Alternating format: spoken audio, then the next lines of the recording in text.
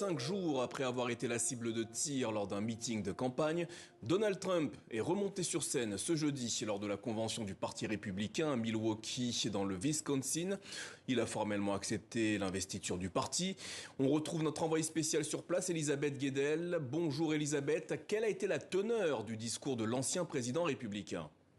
Écoutez, c'était un discours long déjà, 1 heure et demie, l'un des plus longs discours jamais prononcés par un candidat pour accepter sa nomination. Et c'est un discours qui s'est divisé en deux parties avec deux tonalités différentes. D'abord, de l'émotion.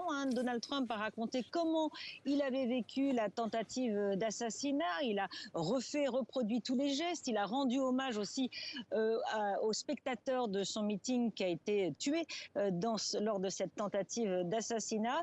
Et il a appelé à l'empathie de l'audience qui était captivée. Et il y avait même des larmes sur les visages, sur les joues des spectateurs.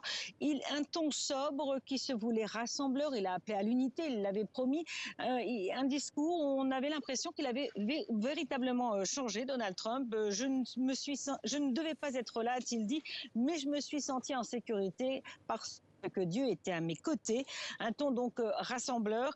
Les électeurs, évidemment, ça vise les électeurs qui ne savent pas encore qui ils vont voter au mois de novembre. C'est évidemment eux qui sont ciblés. Et puis le ton a changé. Là, on a retrouvé le Donald Trump candidat, le ton des meetings. Avec Donald Trump a égrené tous ces thèmes de campagne depuis le déclin, selon lui, de l'économie américaine jusqu'à la crise migratoire. Il a parlé d'invasion de migrants illégaux. Il a aussi promis donc de finir le mur à la frontière sud. Il a promis de relancer la production pétrolière encore plus. On va forer, a-t-il dit. Ça a été acclamé. L'ambiance était survoltée ici dans ce centre de convention. Donald Trump qui s'en est pris aux démocrates et à l'administration Biden. Il n'a prononcé que 2 fois sur 1 heure et demie le nom de son adversaire démocrate. Elisabeth Guedel, correspondante TV5 Monde aux États-Unis. Merci Elisabeth.